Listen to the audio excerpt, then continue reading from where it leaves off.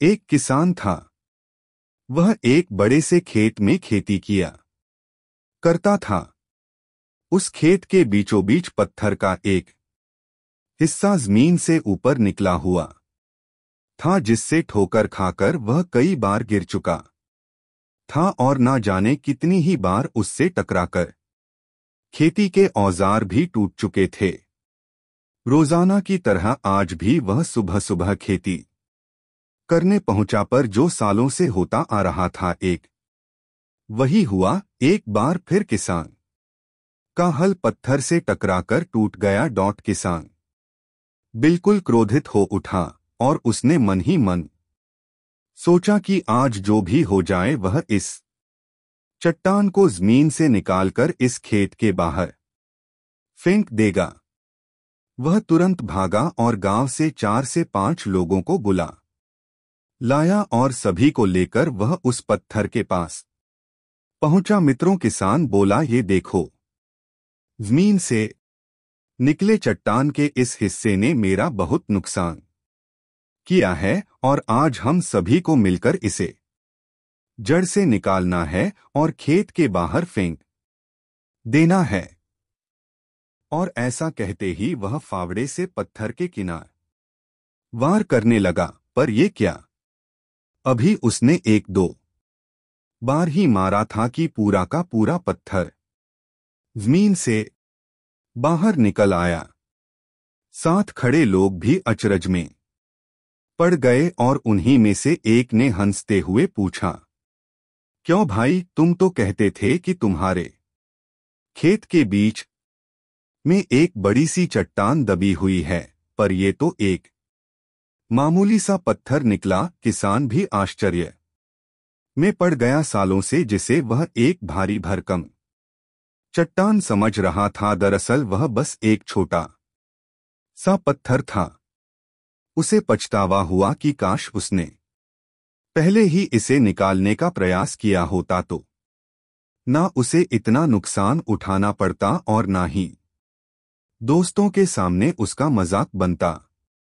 Friends, इस किसान की तरह ही हम भी कई बार जिंदगी में आने वाली छोटी छोटी बाधाओं को बहुत बड़ा समझ लेते हैं और उनसे निपटने की बजाय तकलीफ उठाते रहते हैं। जरूरत इस बात की है कि हम बिना समय गंवाएं उन मुसीबतों से लड़ें, और जब हम ऐसा करेंगे तो कुछ ही समय में चट्टान सी दिखने वाली समस्या एक छोटे से पत्थर के समान दिखने लगेगी, जिसे हम आसानी से ठोकर मारकर आगे बढ़ सकते हैं। एक बार श्रावस्ती में भयंकर अकाल पड़ा। कई लोग भूख से तड़पकर मर गए।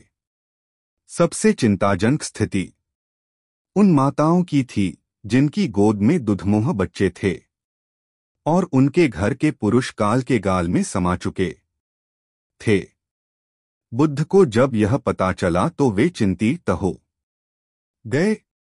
उन्होंने तत्काल धनवान लोगों की एक सभा बुलवाई और उनसे कहा, आप इन माताओं और इनके बच्चों की रक्षा करें। वहां उपस्थित लोग बोले, हमारे पास अनाज तो है, पर वह 1 वर्ष ही चल पाएगा। इसमें से हमने दूसरों को अन्न दिया तो हमारा परिवार भूखों मर जाएगा। दूसरे घर का दिया जलाना भी तभी अच्छा लगता है जब अपने घर का दिया जल रहा हो। इस पर बुद्ध गंभीर होकर बोले, आप लोग अपने स्वार्थ से ऊपर नहीं उठ पा रहे। क्या आपको विश्वास है कि आपके सदस्य की मृत्यु केवल अन्न न मिलने के कारण ही हो सकती है? क्या वे कोई अन्य रोग या दुर्घटना से बचे रहेंगे? क्या आप इस बात के प्रति पूरी तरह आश्वस्त हैं कि 1 साल में इन पीड़ित व्यक्तियों के अलावा कोई और काल का ग्रास नहीं बनेगा? आपको भविष्य के बारे में सब कुछ कैसे पता? यह सुनकर सभी ने अपने सिर नीचे कर लिए। इसके बाद बुद्ध बोले, भाइयों, आपदाओं से मिलकर ही निपटा जाता है। यदि आज आप इनकी मिलकर सहायता करेंगे तो अकाल जैसी इस विपत्ति से मुक्ति संभव है। किंतु यदि आप इनकी मदद नहीं करेंगे तो जीवन भर कोई आपकी सहायता करने को भी तैयार नहीं होगा। याद रखिए, विपत्ति में पड़े लोगों की सहायता करना ही सबसे बड़ा धर्म है। यह सुनकर श्रावस्ती के सभी सेठों और व्यापारियों ने अपने अनाज के भंडार खोल दिए। वे स्वयं भूखे लोगों में अन्न बांटने लगे।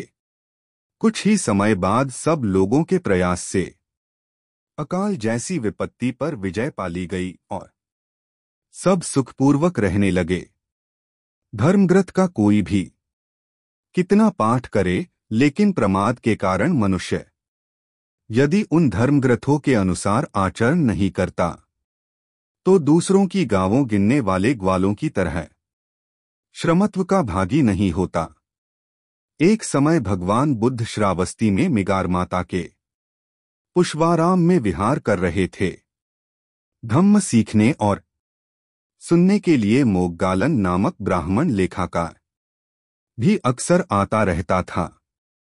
एक दिन वह जल्दी आ गया और भगवान को अकेले पाकर बोला कि उसके मन में अक्सर यह प्रश्न उठता है कि भगवान के पास जो लोग आते हैं उनमें से कुछ परम ज्ञान को उपलब्ध होते हैं, लेकिन कुछ लोग जो नजदीक होते हुए भी इस सुख की प्राप्ति नहीं कर पाते हैं।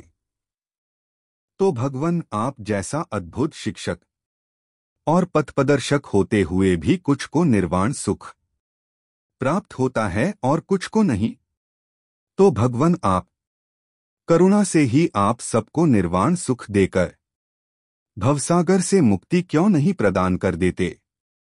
बुद्ध ने मोग्गालन से पूछा, ब्राह्मण, मैं तुमको इस प्रश्न का उत्तर दूंगा, लेकिन पहले तुमको जैसा लगे इस प्रश्न का उत्तर दो। ब्राह्मण, यह बताओ कि क्या तुम राजगृह आने जाने का मार्ग अच्छी तरह से जानते हो। मोग्गालन में कहा, गौतम, मैं निश्चय ही राजगृह का आने जाने का मार्ग अच्छी तरह से जानता हूं। जब कोई एक आदमी आता है और राजगृह का मार्ग पूछता है, लेकिन उसे छोड़कर वह अलग मार्ग पकड़ लेता है, वह पूर्व की बजाय पश्चिम में चल देता है।